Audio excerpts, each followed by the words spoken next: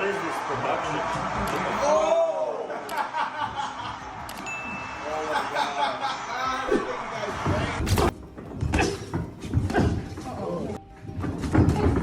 That I really appreciate about Tank is he's a dog. That kind of that what he just said. You can put them earmuffs up and go at it. He kind of will assess you as well, and whatever he needs to do, he'll do it. Jake Paul has finally broken his silence after new sparring and training footage of Gervonta Tank Davis went viral across social media, and his reaction has everyone talking. The video shows Tank looking sharper, faster, and more explosive than ever as he gears up for his next fight, leaving fans convinced that Davis might be stepping into the best form of his career.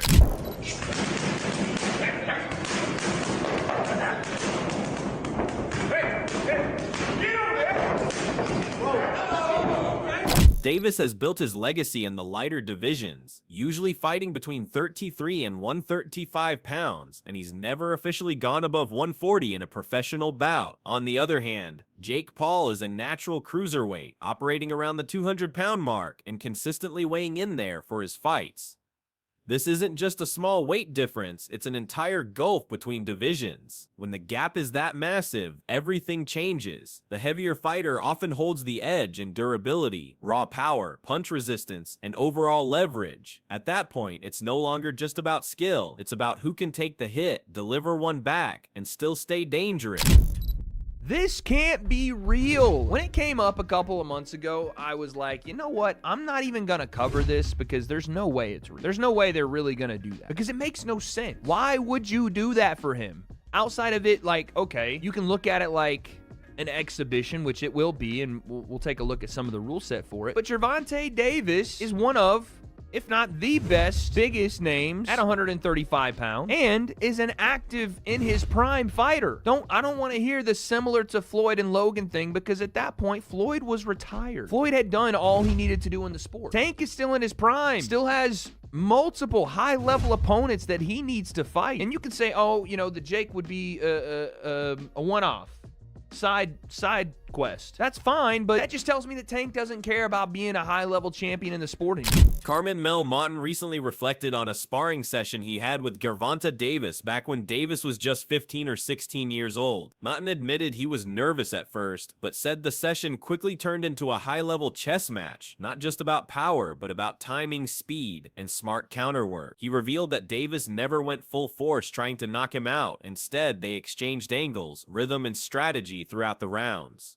According to Mouton, Tank's strength was definitely noticeable, but in terms of pure skill and quickness, it was a back-and-forth battle. He described the experience as fun, challenging, and one of the key learning moments that shaped his own development as a fighter. What was it like when you sparred him? I know you sparred Tank early on. Yeah. What was that experience like? Like, replay that experience for me. Like, you coming out of it, what was your thought? Yeah, I was nervous at first. I think I was 15 at the time we sparred, so he wasn't really like trying to knock me out or nothing like that. But we was going like, he was using the speed on me. Like, we was both like going speed for speed, and it was great. It was like a chess match. Did you understand in that moment like why he is who he is? Yeah, I seen why he's able to beat these guys. Then I also seen why I'm so like, I got all this hype around me too. Sean Porter has come forward to defend Gervonta Davis's decision to take on an exhibition fight with Jake Paul, saying critics are missing the bigger picture. According to Porter, this matchup isn't about proving greatness inside the ring, but about securing financial stability for Davis and his family. Since it's an exhibition, the risks are limited with agreed-upon rules and safety measures, making entertainment the primary goal. Porter stressed that fighters have short careers and must capitalize on opportunities that bring both exposure and financial gain. From his point of view, Tank Davis accepting such a fight isn't selling out. It's a smart move to protect his future while putting on a show for the fans. Porter's message underscores the delicate balance between boxing purists chasing legacy and fighters who have to think about life beyond the ropes. They're trying to make it safer and, you know, all those sorts of things, but there's still this pureness to boxing that really doesn't exist in sports anymore, but it's still there with boxing. I think that's why people have such a problem with this kind of move from Tank Davis. Is it more the heart? How do you guys feel being boxers?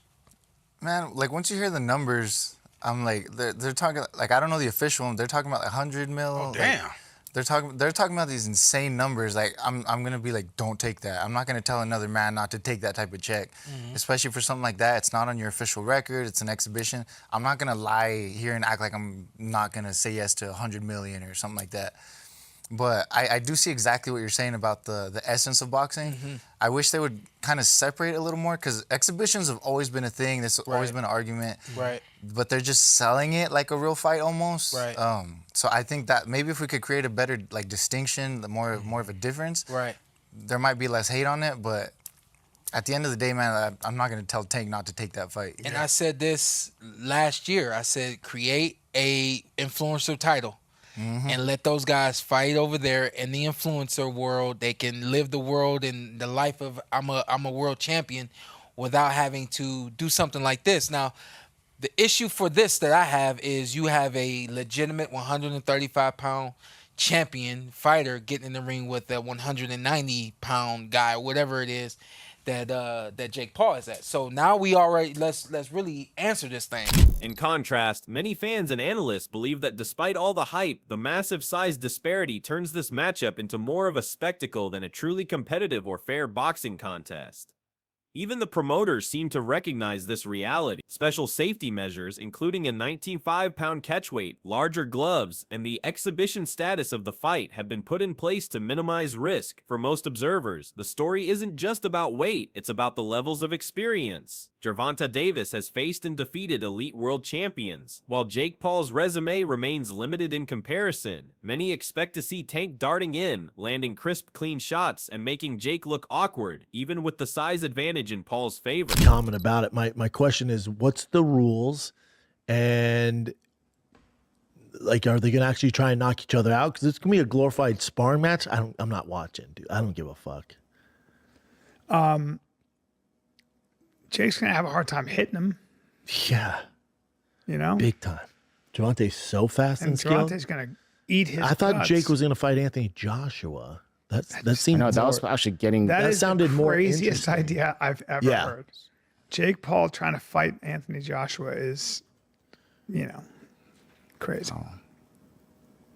not a sanctioned professional bout. This means the fight will not count towards either fighter's professional records. So it's still being finalized. Yeah, I don't like that. I don't like So that. what is so behind the scenes? You think there are things like, hey, we Yes. don't punch Yeah. each other in the jaw? Yep. Or don't go. We can punch in the face, but don't go for broke. Like, don't knock me out. Really? Yeah. It's an exhibition. That's so not they can very get away with interesting to it. me. No. Until I find the rule sets, but when I hear exhibition, I'm like, okay. Jake is bodied up, man. He's big. Yeah, Probably has 100 pounds on Gervonta. maybe. I'd say Gervonta probably walks at 150. Oh, he's so small. He's so small.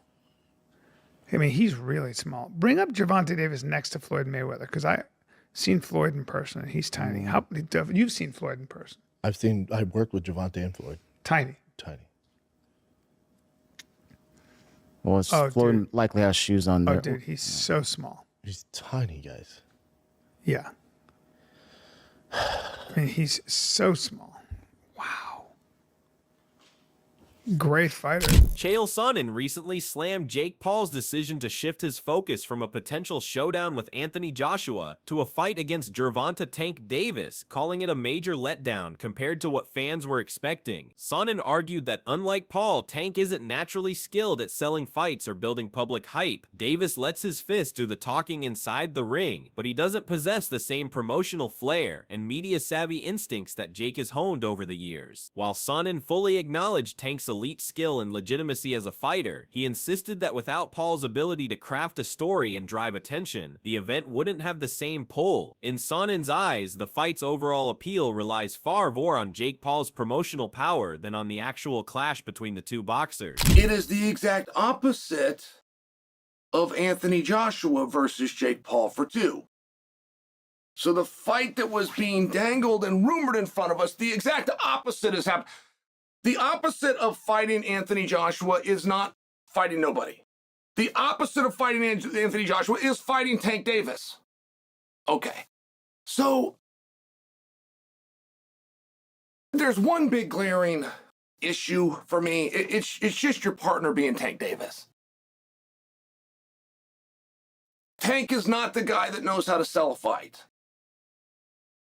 Tank cannot sell a fight in his own division.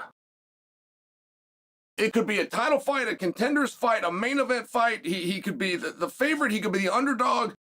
Tank doesn't know how to bring that information to you guys in a way that is compelling.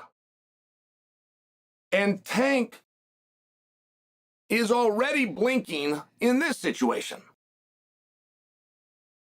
You have one guy who is argued amongst the pound for pound current greats in boxing. You have another guy that has suggested he should not even be allowed to box, that he should have to call it something different. He should not be licensed.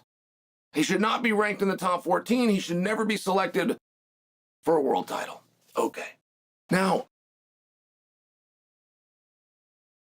Tank has one job to do, which is to let anybody know that's listening that it doesn't make any difference, that boxing is a real sport.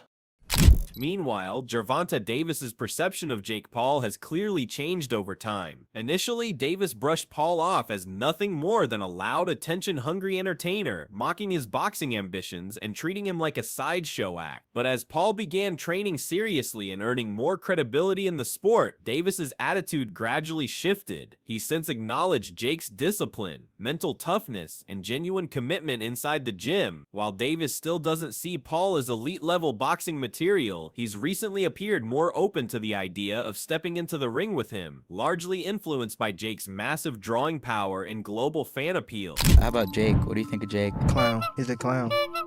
I know that Jake can't fight. He can't fight. So would you look at it as a joke if someone, if your team was like, yo, we want you to fight Jake Paul, would you be like, come on, man? I laugh at him. You want me to fight him?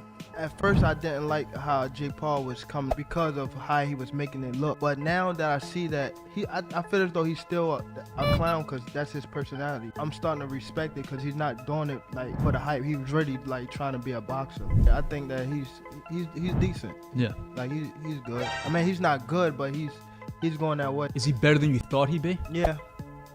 Gotta be mentally tough to be in a box.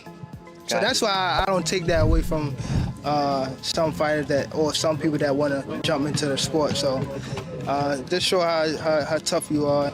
That's how it should be. Especially after Jake Paul's dominant victory over Julio Cesar Chavez Jr., respect for him within the boxing world has grown significantly. The Anaheim event broke the venue's all-time gate revenue record, surpassing shows headlined by elite champions, proving just how massive Paul's commercial pull has become. Legendary figures like Oscar De La Hoya have now started to view Jake as a legitimate contender, even suggesting he has the potential to compete for real world titles. Meanwhile, Manny Pacquiao himself admitted that despite ongoing skepticism, Paul's work ethic and dedication can no longer be ignored. That fight not only boosted his reputation, but also showcased his growing technical maturity as analysts praised his ring control, composure, and ability to handle pressure in a truly hostile environment. First fought Julio Cesar Chavez Jr., we promoted that fight many years ago. Didn't knock him out, couldn't hurt him. So imagine if Jake Paul can hurt or even wobble Chavez Jr., it's something that Canelo didn't do or couldn't do. So Jake Paul, Julio Cesar Chavez Jr., it's a real fight. Yeah. Look, people keep talking about Jake Paul, well, he's not a real fighter, this and that. Well, he's fighting a real fighter now in Julio Cesar Chavez Jr. It's going to be a good test for both guys. Obviously, Jake Paul, he's a masterclass promoter in what he does. He's been doing some great things. I mean, Mike Tyson, 60 million people. Fighting Julio Cesar Chavez Jr., who, when he trains, when he gets in shape, when he's focused, he will be dangerous for anybody. Look, Canelo Alvarez fought Julio Cesar Chavez Jr. We promoted that fight many years ago. Didn't knock him out, couldn't hurt him. So imagine if Jake Paul can hurt or even wobble Chavez Jr., it's something that Canelo didn't do or couldn't do. So there's a lot of stories to come out from this. A lot of great stories for Jake Paul. So I just feel honored and proud that we can team up with MVP Promotions, with Jake Paul, and we can make Zurdo Ramirez with Torticos the mandatory. That's going to be a bloodbath in itself. So we're excited. Jake Paul has officially declared that the next chapter of his boxing career is just getting started, and this time he's setting his sights on real professional boxers across multiple divisions. Following his win over Andre August, Paul announced that he's done with crossover and MMA matchups, choosing instead to pursue a traditional boxing path focused on legitimate pro opponents. In a CNN interview, he doubled down, vowing to face anyone, especially the toughest fighters where he's seen as the underdog, to prove himself inside the ring. That same determination echoes across his social media and interviews, where Paul emphasizes that he's ready to move beyond spectacle and truly build a lasting boxing legacy. His mission now to challenge credible opponents and earn his place among the sport's elite. So everybody's been calling you out, Daniel Dubois, Ryan Garcia, all these people. Who's the most enticing to you? I don't know, like, I want to fight them all, to be honest. I just need the time. So I probably will literally fight all of them. So they're all enticing to me. However, the massive weight difference between Jake Paul and Gervonta Tank Davis proved too significant to ignore, leading Georgia's athletic commission to officially decline approval for the matchup. As a result, Paul's team withdrew their application for permits in Georgia and decided to relocate the event to Miami instead. The decision highlights just how complex organizing major exhibition bouts can be, with local regulators prioritizing safety, fairness, and overall risk above financial incentives. For Davis, the rejection in Georgia underscores the lingering skepticism surrounding the fight. For Paul, however, the move to Miami fits perfectly with his showman style, keeping the headlines alive and the buzz going strong. The relocation not only shifts fan perception, but also reshapes event logistics, once again proving how unpredictable and delicate the business side of boxing truly is. There's no way in hell this fight was ever going to happen. And the fact that y'all believed it, I don't know, you're stupid. So Rick Thompson, chairman of the Georgia Athletic Commission, told USA Today Sports that Paul's promotion company withdrew its request for permits and a rule waiver, citing the 65-pound weight difference between the fighters. The Rick Thompson guy straight up said they've been promoting something they should not have been. Come on, guys, like, use your brains. Y'all boxing fans, you understand this. This fight was never going to happen. This is the article from USA Today. It says the status of the proposed fight between Jake Paul and Gervonta Davis under scrutiny because of the weight discrepancy between the two fighters. Rick Thompson is coming out and saying this stuff because he said he believes it's in the public's best interest to know that they've been promoting something they should not have been. Communications director for the Office of the Secretary of State told USA Today Sports the event will not be happening. But funny enough, tickets are still available. You could still purchase them online, and the fight is still listed on the State Farm Arena. Critics argue that Jake Paul's rapid rise in boxing hasn't been fueled solely by promotion and marketing, but also by a growing sense of disrespect toward the sport's past legends. Many claim that by enticing retired fighters back into the ring with massive paydays, Paul is diluting the integrity and tradition of boxing itself. Even icons like Mike Tyson have been lured out of retirement, which certainly generates excitement among fans, but also raises serious questions about safety and the true spirit of competition. Taking on Mike Tyson, that's pushing 60 years old, for crying out loud, but at the same time pretending to be like this badass motherfucker, sending me DMs talking. He offered me a contract a long time ago, and I was like, what are you doing? I'm a retired fighter and I've got one eye. Why would I want to fight you? I wouldn't lower myself to doing that. I know a lot of people do that. They do lower themselves, if you want to say that, because of the payday, because Jake Paul is a big name. He is a social media sensation. He's a YouTube star. And now, of course, in the world of boxing, he's one of boxing's biggest stars because he puts on these spectacles like Paul versus Tyson, like Nate Diaz, because these are the fighters, these are the names that attract the eyes. Jake Paul is the B-side to almost every single one of his fights. When he fought Nate Diaz, people were tuning in for Nate Diaz. His last fight, against Cesar Chavez Jr., apparently no one watched that fight. Apparently the pay-per-views were ridiculously low. So this one's going back to Netflix on November 14th, and it's an exhibition bout.